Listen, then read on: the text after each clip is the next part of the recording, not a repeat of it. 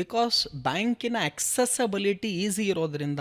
ಮುಂಚೆ ಏನಾಗ್ತಿತ್ತು, ಈ ಸೀನಿಯರ್ ಸಿಟಿಸನ್ಸ್ ಇವರೆಲ್ಲ ಬರೀ ಪೋಸ್ಟ್ ಆಫೀಸಲ್ಲೇ ಜಾಸ್ತಿ ವ್ಯವಹಾರಗಳನ್ನು ಮಾಡ್ತಾ ಇರೋದ್ರಿಂದ ಅಲ್ಲೂ ಕೂಡ ನೀವು ಬ್ಯಾಂಕ್ಗೆ ತಿರ್ಗಾ ಸಪರೇಟಾಗಿ ಯಾಕೆ ಹೋಗ್ತೀರಾ, ಪೋಸ್ಟ್ ಆಫೀಸಲ್ಲೇ ಇನ್ವೆಸ್ಟ್ಮೆಂಟ್ಸ್ಗಳಿದೆ ಅಂತ ಬಂತು. ಈಗೇನಾಗಿದೆ, ಎಲ್ಲದಕ್ಕೂ ವಾಟ್ಸಪ್ ಇದೆ, ಎಲ್ಲದಕ್ಕೂ ಇಮೇಲ್ ಇರೋದ್ರಿಂದ ಪೋಸ್ಟ್ ಆಫೀಸಲ್ಲಿ ಲೆಟರ್ ಬರೆಯೋರ ಸಂಖ್ಯೆ ಯಾವುದು ಇಲ್ಲವೇ ಇಲ್ಲ ಥರ ಆಗೋಗಿದೆ. ಸೊ ಹಾಗಾಗಿ more or less it makes no difference. ನನ್ನ ಪ್ರಕಾರ bank deposits are as equivalent today to post office deposits.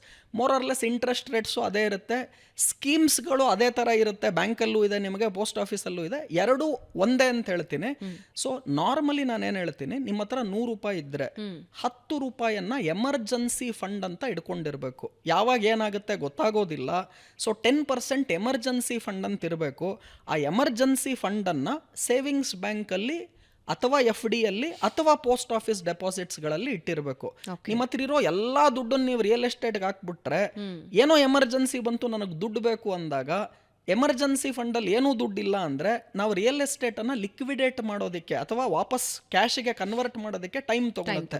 So ಹಾಗಾಗಿ ನಿಮ್ಮ ಹತ್ರ ಇರೋ 100 ರೂಪಾಯಲ್ಲಿ ನಾನೇನು ಹೇಳಿದೆ ಆಲ್ರೆಡಿ 10%, 10 ರೂಪಾಯಿನ ಚಿನ್ನ ಬೆಳ್ಳಿಗೆ ಹಾಕಿ, ಇನ್ನೊಂದು 10 ರೂಪಾಯಿನ ಎಮರ್ಜೆನ್ಸಿ ಫಂಡ್ ಅಂತ ಬ್ಯಾಂಕ್ ಡೆಪಾಸಿಟ್, ಪೋಸ್ಟ್ ಆಫೀಸ್ ಡೆಪಾಸಿಟ್ಸಲ್ಲಿ ಇಟ್ಕೊಳ್ಳಿ, ಒಂದು 30-40 ರೂಪಾಯಿ ರಿಯಲ್ ಎಸ್ಟೇಟಲ್ಲಿ ಇಟ್ಕೊಳ್ಳಿ, ಒಂದು 10 ರೂಪಾಯಿ ಮ್ಯೂಚುವಲ್ ಫಂಡ್ಗೆ ಹಾಕಿ, ಒಂದು 10 ರೂಪಾಯಿ ಅದರಲ್ಲಿ ಶೇರ್ಸ್ಗೆ ಹಾಕಿ. ಈ ಥರ ನಿಮ್ಮ 100 ರೂಪಾಯಿಯನ್ನು ವಿಂಗಡಣೆ ಮಾಡಿ ಹೂಡಿಕೆ ಮಾಡಿ.